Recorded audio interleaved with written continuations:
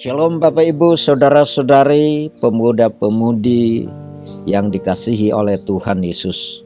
Saat ini saya Pendeta Daniel Selan bersama istri saya Ibu Eliska secara bergantian mengajak Bapak Ibu, Saudara-saudari, pemuda-pemudi untuk mengikuti renungan harian yang dikeluarkan oleh Sinode Gereja Kristen Oekumene di Indonesia dengan berpedoman pada pola pembacaan Alkitab 4M.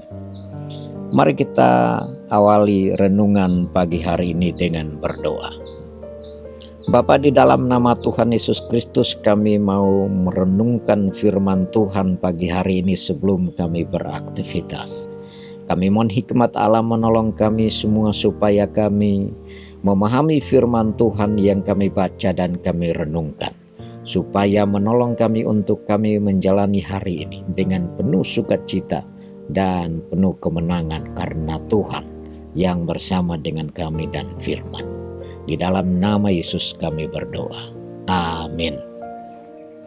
Bapak Ibu yang dikasihi oleh Tuhan, bacaan dan renungan firman Tuhan pagi hari ini terambil dari Injil Yohanes pasal 20 ayat 20 dengan tema bersukacita ketika mereka melihat Tuhan. Yohanes 20 ayat 20, demikian bunyi firman Tuhan. Dan sesudah berkata demikian, ia menunjukkan tangannya dan lambungnya kepada mereka. Murid-murid itu bersukacita ketika mereka melihat Tuhan.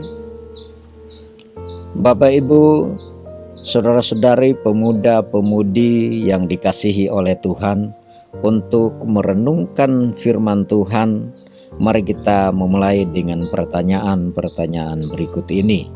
Apakah yang Yesus tunjukkan kepada para murid? Berdasarkan ayat 20 bagian A, Yesus menunjukkan tangannya dan lambungnya kepada mereka untuk membuktikan bahwa dia bukan semacam hantu, karena mereka punya kecenderungan selalu atau ketika mengalami ketakutan mereka bisa berpikir Yesus itu hantu. Ketika murid-muridnya melihat dia berjalan di atas air, mereka terkejut dan berseru, "Itu hantu!" lalu berteriak-teriak karena takut. Bagaimana ekspresi para murid setelah melihat apa yang ditunjukkan Yesus? Bukti yang ditunjukkan Yesus kepada mereka, yaitu tangannya dan lambungnya, membuktikan bahwa dia yang mereka lihat adalah dia yang mati di kayu salib. Namun tampaknya dia dapat pergi keluar dari kain kapan tanpa membuka kain kapan itu, dan pintu-pintu yang terkunci tidak menghalangi dia. Jadi tubuhnya sudah berubah menjadi tubuh kemuliaan. Maka dari segi tubuhnya ada kesamaan dan ada perbedaan, tetapi dari segi pribadinya, dia yang mereka lihat adalah dia yang mereka kenal dari dulu. Sesuai dengan apa yang menjadi pengakuan gereja Kristus, Tuhan yang bangkit adalah korban yang disalibkan. Saat mereka mengerti ini, mereka bersukacita. Memang mereka bersukacita adalah perasaan utama dalam Paskah, karena Paskah mengandung kesadaran akan hubungan pribadi kita dengan Kristus dan kesadaran akan keselamatan. Para murid bersukacita karena Yesus menggenapi firman-Nya yang menyatakan bahwa dirinya akan menderita, mati dan bangkit pada hari ketiga berdasarkan Matius 20 ayat 19, kemudian Lukas pasal 9 ayat 22. Mereka bersukacita karena iman mereka dikuatkan dan semakin percaya akan ketuhanan Yesus. Sukacita mereka menunjukkan hati yang penuh damai sejahtera, hati yang penuh dengan kegembiraan dan kemenangan. Karena Dia yang mereka ikuti selama ini telah mati, bangkit, dan kejadian ini menghapus segala macam perasaan takut, sedih, dan kebingungan mereka.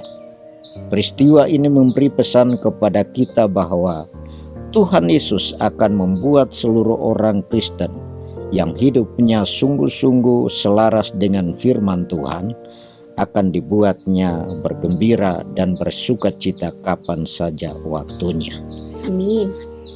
Bapak Ibu, pemuda-pemudi yang dikasihi oleh Tuhan, murid-murid pada saat itu mereka dalam keadaan kesedihan yang teramat sangat karena mereka kehilangan harapan, karena sosok yang mereka andalkan selama ini mereka saksikan sendiri disalib, mati dan dikuburkan.